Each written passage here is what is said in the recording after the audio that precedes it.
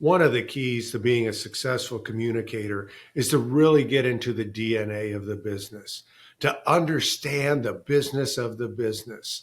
Join us as we talk with Professor Matt Regas, PhD, and Ron Culp, who's a fellow with PRSA. They are both on the public relations faculty at the College of Communication at DePaul University in Chicago, USA. We're going to cover a range of topics such as how young professionals need to expand their news diet and how that helps them. The importance of mid-career professionals, understand financing sheets, quarterly reports, all of those things, and how senior leaders need to understand that they can't do it alone. So how do they foster business acumen and an understanding of the business among their team? We'll talk about entrepreneurial mindsets. We'll talk about intrapreneurial mindsets. And we will talk about having communications be part of the fundamental DNA of the business. Join us on the next episode of Building Brand Gravity.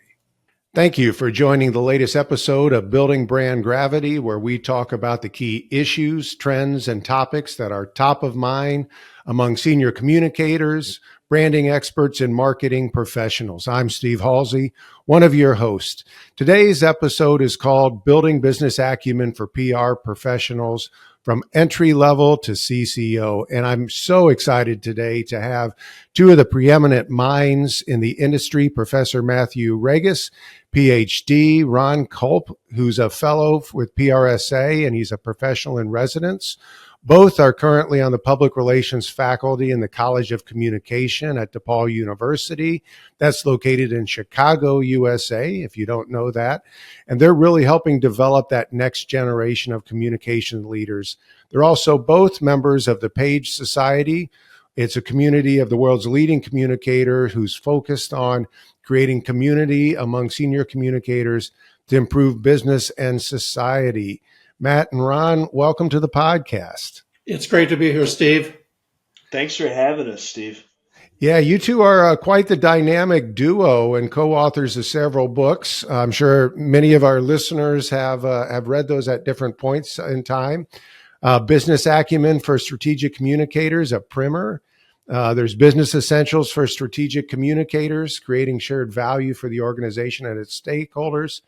You've also, if that wasn't enough, you co-edited Mastering Business and Strategic Communicators, or for Strategic Communicators, so insights and advice for the C-suite of leading brands. So these books are used by a lot of colleges and university classrooms. I can also tell you from an agency perspective, we use them for professional development at our agency in-house with clients. So you two are definitely on the leading edge of the profession. And we're here today to talk about, look, I've got a copy right here, Business Acumen for Strategic Communicators workbook, your latest work. Guys, maybe you could start by sharing a little bit of what inspired you to write this latest book and to put it actually in a workbook format for communicators at various stages of their careers. The whole idea of these business acumen books originated some 15 years ago when I joined the faculty at DePaul. Matt came into my office one day and said, "What do you think about this idea that we're going to help improve the business acumen of students and young professionals?" And before he finished the sentence, I said, "I'm in." Well, little we know that there are 4 books later, we're now into the workbook.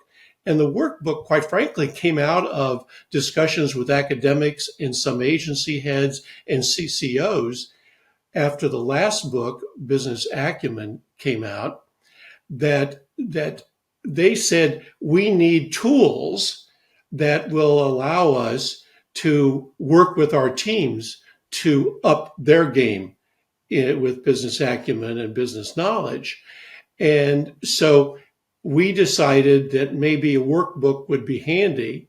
At first, we were doing a lot of workshops and we were, going around the country doing this on one-off occasions with corporations and other universities, but we just couldn't extend, our reach any further by making more visits. So what we decided to do is time for a workbook that can really make this accessible to a broader audience.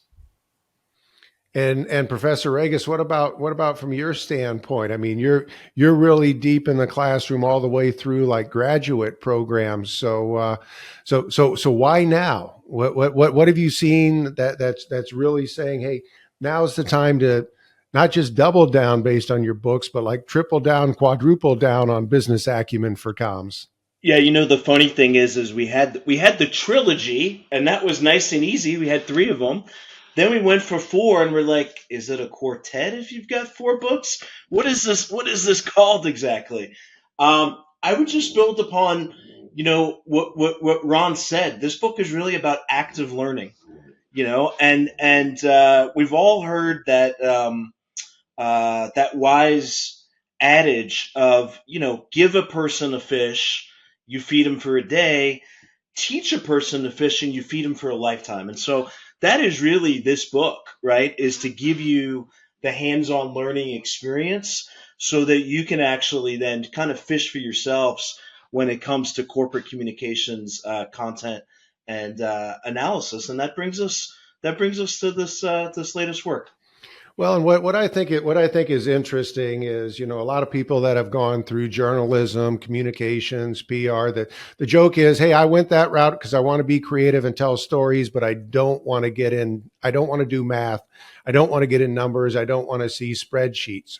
But you're saying, hey, actually to be successful and to be more creative, you've got to understand the numbers. You got to create the spreadsheet. You've got to understand those things that create value. So I guess over the next half hour or so, that's kind of where I want to put my questions with you guys is really, understanding that foundational element that business acumen isn't something that is a nice to have.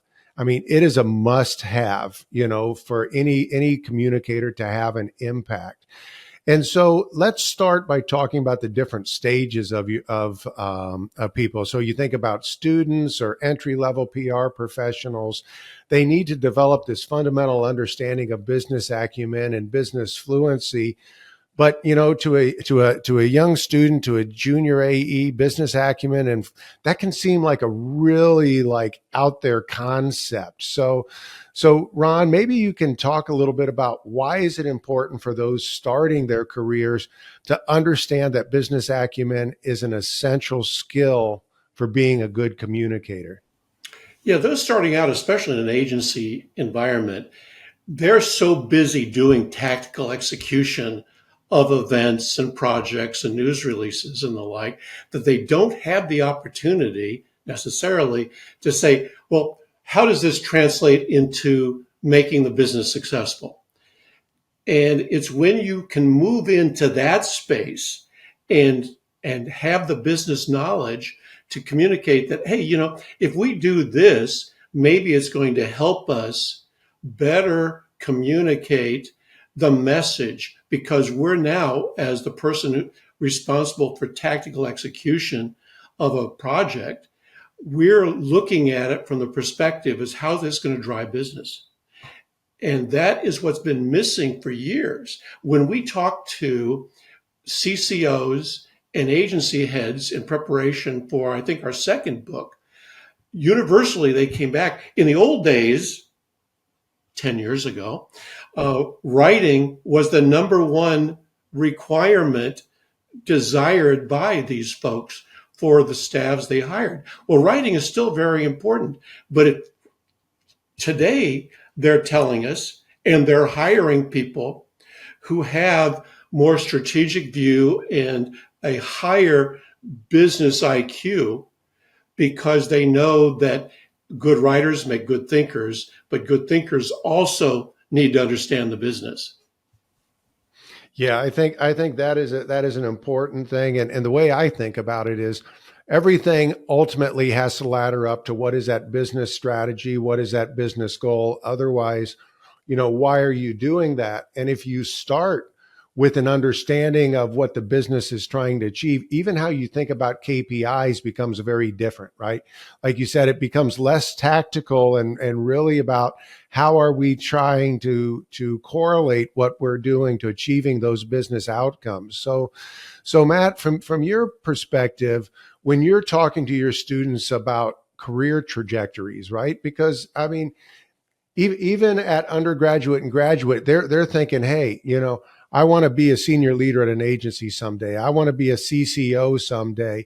So what specific skills do you talk to them about? And what specific skills from the workbook can give early career professionals an edge and stand out in the job market? It's interesting when you think about, and Ron knows this too from the classroom. When you think about Gen Z, our current students now, for the most part, undergrad and also some of our graduates, I would argue the entrepreneurial mindset is really critical, and that mindset can help you succeed in a large agency or a mid-sized agency. But a lot of our students, Steve, also want to, they think they might want to work for a boutique agency or start their own thing, or freelance or have a side hustle. And so it's like, okay, great, we want to support you in that. But to do that, you've got to understand the dollars and cents, and you've got to understand the business of the business, whether it's at a large scale or a smaller scale. And I think we know that a lot of those principles are similar. So I really think the entrepreneurial mindset, is valuable whether you're in house on a large, comms team, or you're an entrepreneur inside of an agency and you're developing new business and new practice areas and new solutions. And so I think that this new book, again, helps you practice how to go fishing and how to learn these different pieces. And I would say from a tactical piece, it's almost like learning a chessboard, right? And so when you're a junior person, you're focused on learning how one piece, generally trained, moves on the chessboard. But there's a lot of value, and even as a younger person earlier in your career, to understand that big picture of how all the pieces, how the queen moves on the board, and understand sort of that larger strategy, because you can then create more value. That classic seek first to understand, to be understood. There's a lot of truth to that classic adage. Well, I like that concept of the chessboard and understanding the rules of the game. So you understand, even if where I'm at, I can only move this far. This is how everything is moving around me. And I'm not asking you guys to give away the secret sauce, but for some of those listening to our podcast who may be in the earlier stage of their career, can you just give a flair of some of the exercises or some of the things in the workbook that they can go through to help understand that chessboard and the rules of the game? I'll kick things off, and I would say, before you're even doing the exercises, for a young professional, it's about expanding your news diet. So if you want to understand the language and thinking of business, you need to build habits to where you get exposed to the different terminology and the different concepts. And so knowing about pop culture and sports and hopefully public affairs, it's always going to be really important, but also carve out time to where you're reading something like WSJ.com or CNBC.com or a Business Insider. And that's going to give you then foundationally, as you dive into then the exercises, that's going to then build familiarity, I think, and curiosity, Ron. Yeah, I think that's interesting. Expanding your news diet, but even expanding where you want to create news, right? And this feels like it was 10 years ago, but it was probably like 3 years ago. I think one of the most interesting examples was I found myself racing my son home on a Sunday morning because DJ Marshmello was going to drop his new album in Fortnite. And, for me, just thinking, oh my gosh, from a truly omni-channel communications perspective, I mean, to think that how I'm going to drop an album is I'm going to create a concert in a virtual game that people can create avatars. And it was amazing way to think differently, but that was achieving a very good business objective. So I want to transition a little bit to thinking about, and I'm going to kick this back to you, Ron, thinking about kind of taking that transition from tactical to strategic, right? So when we're getting to a little bit more of our mid-level PR professionals, they're trying to think about how do I translate some of these tactical outputs? How do I become more of a strategic advisor role? I mean, they're most cases aren't going to be working directly with the C-suite, but they're going to be working with senior managers of business, senior managers of communications. If you're in-house, that's when you really start seeing a lot of the interorganizational connection starting to come in. So maybe you can address for us, for mid-level professionals who are often just moving into those managerial roles, how does business acumen help them start contributing more strategically to their organizations? For the junior staff member, I think the big thing that we as their managers need to do is to let them know, okay, do you understand why we're doing this project? Very often we give them an assignment, they take it, they're like order takers, they salute and leave and come back and give us something, and we're then scratching our heads as their managers saying, this really doesn't hit what we're trying to do. And we don't take the time to say, let me tell you why we're initiating it at this moment, what the goals are for the business, and really bring them in to more knowledge about how what we're doing helps drive results for the company. And when you strike that, you've struck gold with not only the junior talent, but the mid-level talent that is often in the same boat. But I think a lot of times, especially junior talent, because they're doing so many other things, especially in an agency that may be working with 7 or 8 clients, that they feel it's too overwhelming. So what we have to do is break it, as we have in the book, break it into segments that make it comfortable for them if they just start out with something like, what is the bottom line? We hear it all the time, but we also know that a lot of young people say, I have no idea what they mean when they say that. That's something that's said between my boss and peers of his or hers. So we have to make sure that we make it comfortable for them. And then the senior leaders have to make sure that their mid-level talent is really getting up to speed with these terms. We did an agency workshop recently where the person in charge of the program said, oh, we don't have to go into all those details. I know my team knows this information. So Matt says to me, what do you think? Do you think they really know it? I said, I don't think they do, just based on my own personal experience at both corporate and agency jobs. So we took a risk and we kind of ignored the direction, and we started with the basics. Wouldn't you know that when we surveyed the group, they didn't know the things that their bosses thought they should know. So it's all making it as approachable as could be, and to bring people inside the tent. If you're a senior person and you have all that information, how do you share it? And how do you make sure that your team understands how that business is in business and how they make money and how this all translates into success for the enterprise? Yeah, I think that's really important, how you tie everything together and they can understand sequentially how it fits together. And Matt, in our discussions, you've talked a lot in the past about the importance of building those relationships across departments, but part of that is having the critical skill set to be able to have the conversation with finance, to have the conversation with operations, to have that conversation with legal. So maybe you can share a little bit, like what insights do you have for when people get to that mid-level?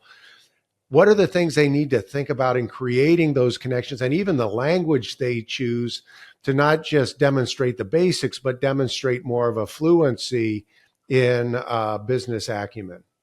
Yeah, you know what? That's a great question, Steve. And actually, that's in part what inspired our edited book, our Mastering Business for Strategic Communicators, which is really about it's current or former CCOs explaining then how they work effectively, collaborate across different departments and functions, whether that be legal, HR, corporate strategy, finance, and then we have sidebars, which was a fair amount of work to put together, as Ron remembers.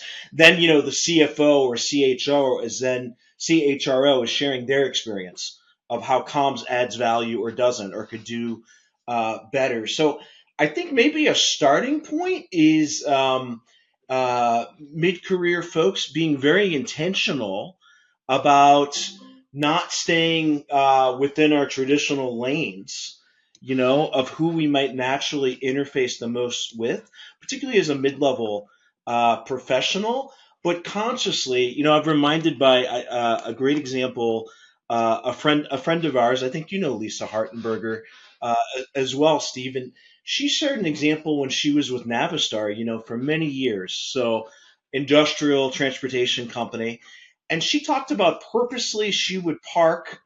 There's the office in the front and the white collar workers, and then you've got your production and your engineers in the back.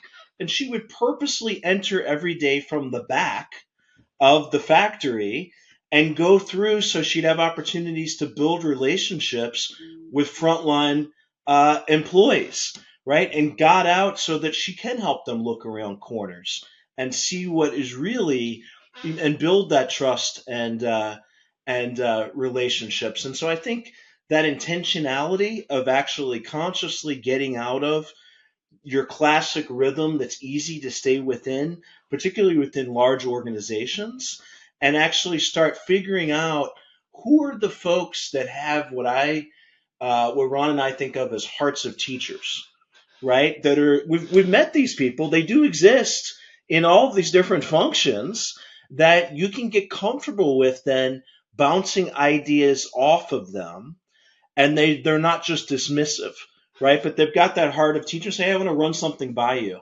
What do you think about this? Or particularly like financial or accounting concepts, and that you can bounce things back and forth, because our goal a lot of times is to take complex stuff and make it relatable and understandable.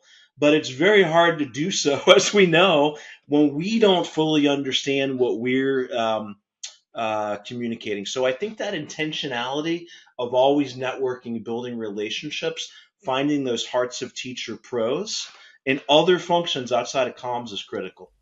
Yeah, I mean that intentionality I think is key. I love that example that you shared of, coming in from the back of the factory.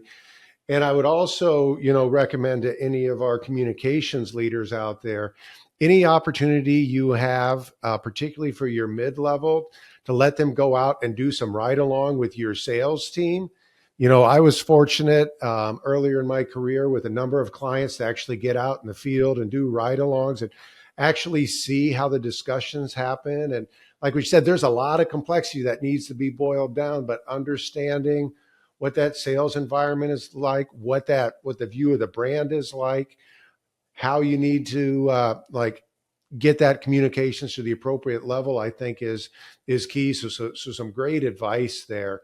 Now, Ron, I want to turn a little bit. You guys spent a lot of time in the book talking about understanding quarterly earnings and financial statements. So as we think about those in like the mid-career level, when this starts really seeming to make a little bit more sense, when they're starting to get a little bit more access to the C-suite, what advice or what counsel do you have regarding financial reports and quarterly earnings calls for those in the mid-level? I can start out by saying, don't do it the way I did. I spent the first 12 years of my career as a reporter and then working in the government in New York. And quite frankly, unfortunately, business essentials weren't part of either of those jobs. So when I joined Eli Lilly and Company, I was there maybe 2 weeks, and my boss comes in and says, "Oh, the person who usually does the earnings release has just gone over to another company, Merck, and so we need somebody to write the report. So go up and meet with the CFO." So I go up with my reporter's notebook, which I was still carrying, and I'm taking notes furiously. I have no idea what he's saying. And I come back and I said, "I think I'm in trouble." And so my boss said, "What do you need to know?" And I said, like, "What are earnings?" And I was serious. So he traipses me over to the director of investor relations, who takes me under his wing. Bob Graper is forever my hero. And we take it from the top, and he is my tutor on everything regarding earnings releases. I learned so much in that experience. And even though I probably went through 24 drafts, back then we were A through, we did the alphabet. We started with A, and if we're lucky by Z, we have a final draft of the release. So we finished the release, sent it to the CFO and the CEO for approval, not because of what I did, but because I was a communicator and I listened well to Bob Graper from Investor Relations. We put together a darn good earnings release, and it was a career changer. Next thing you know, the CEO says, "The guy who left also had responsibility for the annual report. So let's give the new kid the annual report." Now I'm in deeper than I ever thought I could be. That was a career defining moment. It appeared on my resume. It also was a job responsibility for every corporate role I had after leaving Lilly, because it jumps off the page as something that, if you understand the business of the business and you can do an annual report and an earnings release, then you understand the business. And like I said, it was a defining moment. It'll be the defining moment for other mid-career people who want to find ways. And one of those ways of doing it is raise your hand and say, "Could I sit in on one of the sessions where the guy writing the press release on earnings is talking to management about how it's put together?" And then, of course, listen to the earnings calls. You learn so much through that. Again, first time I've ever listened to an earnings call was the one I was asked to put together after that press release. So hands on is nothing like it. That was definitely trial by fire. Yeah, exactly. Yeah, I thought for me what was interesting was for a large public company, I wrote their annual report for a number of years, and what I found interesting about it, when you think about where things sit in the corporate world, was my ID badge was sponsored by the CFO. So, like when we were scouting locations and places to shoot, you know, the images and everything that we're going to do to bring the theme to life, it became a joke when I would travel with senior managers to see what rooms I could access that they couldn't. And the fact that I could access rooms because I was sponsored by the CFO that you know leaders in the company couldn't was really speaks to the importance of understanding that the language of it, but then also as Matt, as we talked about, is having those connections. So let's then switch to senior stage career, right? You've got that seat at the table. You're a CCO, you're a senior agency head, counseling on the earnings reports, all of these type of things. How does business acumen change at that point, and how does it allow what's required to be seen as more of an equal partner? I mean, you guys have interviewed a ton of CCOs. Where does it pivot? Where does it change once that CCO has that seat at the table and wants to be that partner in the decision making? Yeah, it's so interesting, right? Because we continue to see now surveys. Speaking, you were talking about CFO just now, Steve, of reporting structures, and for a while it was, do large corporations have CCOs? Okay, we're established there. Now it is CCO taking on additional roles and responsibilities. We're calling that CCO plus. And so now we're at this point where we've got the seat at the table, and it's like, okay, CCO and comms team, what are you going to do with it? Because the other thing that we all know, um, this conversation also takes part with investor relations officers. They all feel they deserve a seat at the table. There's this mushrooming of C-level positions, and they can't all sit around happily around that table. And so I think we're at this interesting phase of, what do we now do really as counselor and advisor to demonstrate our value and our worth, to live up to this elevated role for our function. And, I think one thing that Ron and I have seen is our function talks a lot about, whether it's agency or in-house, about learning and development of our teams. But then when you look at the data, it's not as encouraging always of how much we are truly spending to help level up not just, the top person. That's great, but the success of the top person, a lot of it's going to rest on the quality of their team and the skill set and knowledge of their team to help support them as a counselor and advisor. And so I think everyone listening today, I would challenge them that you're actually doubling down on your learning and development programs, and giving, we talked earlier in this call about the junior folks and the mid-level folks. Make sure that you're investing in them, and not just giving lip service, but you're putting real dollars and cents behind opportunities to help them grow so they can help you be more successful in your roles as senior leaders.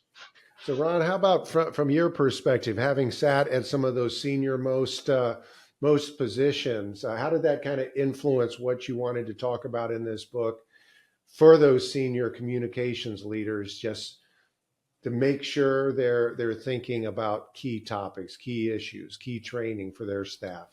Yeah. I think it really struck me in the last couple of corporate jobs where the CEO actually anoints you. You are responsible for this, because very often it's not said. They assume, and some CCOs automatically move in. Many of them now have MBAs and other experience that equip them to have a seat at the table and be considered a business leader. Well, the rest of us had to kind of earn that seat. And then the light bulbs went off when I learned that I can't do it alone. I've got this big team, big corporate team of people, and I need to break this down and make sure that there is somebody assigned to every major business unit who understands the business of that business. And all of a sudden, the business unit heads were coming to me and saying, can you free up time for Jan or Paula or Ted to sit in on my weekly meetings?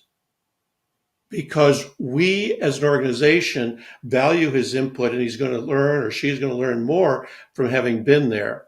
So all of a sudden, we moved some of the mid-career talent into what I consider pretty senior roles with some very big, sizable business units. And the business unit head was happy that they had somebody who was really in communications and understood what they were trying to achieve. And then that trickled down to the people then that they came back and they had to say to the junior staff, here's what we need to do and why. So it was game changing for organizations all over the country to realize that I just can't keep it to myself, and that aren't I good, that I am in the turn to person for every major strategic business decision. Spread that knowledge and you become more successful through what your team is doing. Mm-hmm. Mm-hmm. Yeah, that is great advice. Matt, I'm going to give you this nice, easy softball question around acronyms, ESG and DEI. You guys in your book, you delve into ESG and DEI reporting. As we know, it is changing. It almost seems like daily, from, you know, I would say, being somebody based here in New York, from the municipal level to the county level to the state level to the federal level to, you have the EU looking at, multiple changes in ESG and materiality assessment and sustainability and all of that. And then you also have the cultural overlay. So you've got like regulatory reporting, you've got cultural overlay. You guys delve into that in the book. What advice do you have? And can you talk a little bit about how communicators need to think about ESG and DEI reporting in a world that's in heavy flux on these areas, and in a world where I don't really see people running away from the activities more so than the terms. So a nice, easy one for you, Matt. I thought this was an easy one, Steve. Like as you were unpacking it, I'm like, no, seriously, it's an excellent question, and it couldn't be more in the moment right now, right? So, it seems like each week now we're seeing a different company in different ways. Let's say adapt to what they're going to at least publicly do around DEI and ESG. It's interesting. I think many listeners, and I think the three of us are familiar with, survey data of the American public shows, like you said, the actual acronyms DEI and ESG, perhaps lower levels of support than when actually specifically programs are explained. Do you support sustainability? Do you support diversity? Here's how we're doing so as an organization. We know that gets higher levels of support. And we know that some organizations seem to think the solution to that is we're not going to call it ESG, we're going to call it sustainability, or we're going to call it impact. Whatever that solution, whatever that decision might be, we do know that as communicators, our job is going to be to really explain these programs and the specifics of them, and to tie it, increasingly what we're seeing, to the business and business outcomes and business benefits, even if I think all of us would agree that it's the right thing to do, right, to support DEI and ESG. But in the larger world that we are operating in, I think sociopolitically, many of us can agree then, if we're a financially oriented stakeholder, if we can see how these things help ladder up and support superior business and financial outcomes, that would seem to be less disputable, and something that, wherever we might fall on the political spectrum, that we could get behind. And so I think that this has made it, I think, the communicator and the comms function even more important when it comes to navigating, as we know, a very complex landscape around DEI and ESG. Yeah, and I think as you know, as you talk about that and kind of what I see out there, it's very much about, like you said, how do we connect it to the business, who we are, what is the authentic purpose of your enterprise? And I think with that, if you start with that as the foundation, then how you tell that story and the metrics you use to tell that story, I think that's when you get that authentic level of things. I think part of the challenge, and it was a conversation I had with a senior CCO a couple of years ago, who was basically saying, what issues and topics do you have the right to really talk about, that you're credible talking about? It's not saying you don't value all these things, but what are those things that as a company, does it make sense for you to report on, to talk about, and how does that tie ultimately from what we're talking about here? What is that business strategy? What is that business acumen? So, Professor Regas, you made me think of something I didn't think about before, but that ability to translate your ESG or your DEI initiative, reporting results is in itself a form of business acumen that's really critical for professionals to develop overall and then within the ecosystem of their respective companies and brands. So, things are not static, right? And even since you guys wrote this book, there's little things, a few elections happening in the world. All of these things mean that what we have to do is be continuous learners, right? And that business acumen isn't something, hey, I take a course, I get the check mark, I am good to go, because there's always new regulations, there's always new pressure, there's different Supreme Court regulations if they're in the US. There's all these things that factor. So Ron, you talk a lot about personal growth and like legacy. So when you think about business acumen as something that evolves over time, what advice do you have to communicators, and what challenge do you have to them to continually develop their skill set no matter where they sit? Well, I think, if you look at it as newcomers, the young people starting out in the profession, I don't want them to become overwhelmed at the thought, because it seems far more complicated. Even if you look at our glossary, almost 600 terms, that there are probably about 30 that they really need to know about. So I want them to figure out how they can know the businesses they're working for, and how business overall might operate. So I usually start out by saying, if you do nothing else, pull up the front page of the Wall Street Journal, read the left-hand column, what's news, and just scan it. And you will find out what is going on within the company. I had one CEO that constantly challenged me in meetings where he'd say, well, did you see that, what the news was here about Pfizer today? And I was a deer in headlights. Well, I knew what he was doing. He was reading the Wall Street Journal because he had the luxury of having a driver and I didn't. So I got up earlier and I read the What's News column, and then I went to the index in the journal and the Times, and I read what is being said about my company and or our competition. So you always stay on top of the news. Pretty easy to do. When you come to a term then that you don't understand, circle it. And I guarantee you it's in our glossary. Look it up. We have a simple explanation of what that term is, so you can learn. It's sort of by osmosis. So does that be for the newcomers? Then in the mid-career level, and we kind of touched on it earlier, I say network, network, network, and I don't mean externally looking for a new job.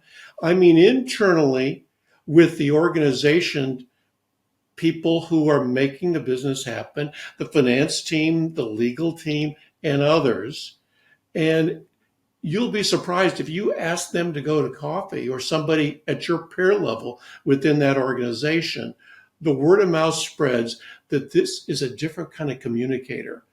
He or she's really interested in our business. So I kept getting invited to staff meetings, and I didn't have time, but I went because I learned so much about what was going on, and then I was able to share a communications perspective that often was not realized. So the mid-career people really need to just get involved in the organization and really become a business partner at whatever level that they're permitted to rise to. And then CCOs, they just need to train their teams to be true business partners. And it's kind of an overwhelming thought. And we hope that's what the book kind of addresses. And it's certainly our workshops and the feedback we've gotten over the years has been positive to the fact that, gee, we thought they knew more than they knew, because they did deliver what I needed, but they had no idea how much pain was involved in getting there.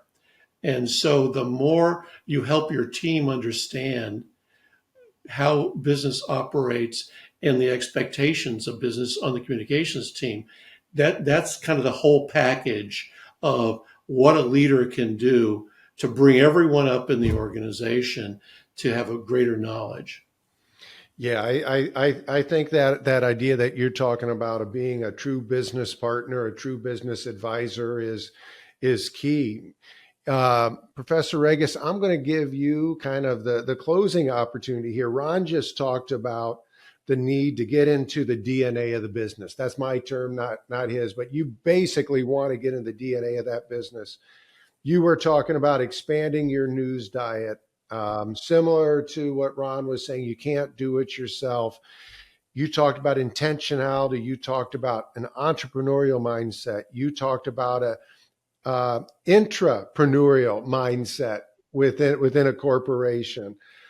So, from your standpoint, what advice do you have for our listeners other than go out and buy the book and do the workshop? What advice do you have for everybody in terms of just really pulling through this business acumen and being a better business partner, a better strategic communicator? Well, you know what, and Ron and I have had this conversation many times. We are in one of the best businesses in the world in communication because if you're a curious person that I don't have in this office, but I have in another office a curious George, and I think that that's the right mindset to always be curious and continual learning. And Ron and I are spoiled a bit, Steve, that we actually get paid to learn and to help others learn. And that's one of the most rewarding things that keeps me, and I know Ron, charged up and keeps us doing these books, 4 books in 10 years. And so I think if you can embrace this, and we're going to have to in the years ahead, be open to what we don't know and don't be afraid of that and embrace kind of that unknown. And we're in that AI revolution right now. And I just installed Gemini into my G Suite and I'm trying to figure out, what does this mean? What can I do with this? And honestly, I resisted that for a little bit because it's easy to get set into your ways and not want to change processes and ways of thinking. But whether it's a topic like business acumen or data and analytics or DEI or AI, as long as we embrace curiosity and lifelong learning and being open to what we don't know and wanting to keep having that explorer mentality, um, this is one of the best fields that you could possibly be in. And we do now have that seat at the table and we can affect serious change, but we've got to be intellectually curious and truly embrace being okay that we don't know, but we're going to explore and figure it out. Yeah, and I think you're right. I mean, this industry is anything but expected and stayed, and it's constantly evolving, which is what I think is so exciting. And also, I think as we talk about here, and as you talk about everything in your book about the business acumen, where things come in, is really understanding, like you said, that curiosity for data, for context, for strategy, for relationships. Those are all four very key things for individuals to bring together. And then, like you said, we can't be static. We can't allow ourselves to do that. We've always got to be learning, and kind of tying it back to, the theme of this podcast, building brand gravity. I'm a firm believer that everything we do either attracts somebody to our brand or repels them from our brand. So let's get smart. Let's do those things and make sure we're pulling people to our brands in the right way. So Professor Regas, Ron, thank you so much for joining me here today. For all our listeners, I want to make sure you follow them on LinkedIn. They always have great things to say and perspectives. You can also buy individual copies of this. I've got mine right here, Business Acumen for Strategic Communicators, the workbook, on Amazon. Or if you're looking for a bulk order for your classroom or for your team, you can reach out to Matt or Ron directly or their publisher, Emerald Publishing. Guys, thank you so much for joining us today. So much sage advice. And for all our listeners, tune in next time for our next episode of Building Brand Gravity. Thank you for listening. Thank you, Steve. A pleasure. Steve, thanks for being a friend of this journey for so long now. We really appreciate it. My pleasure, guys.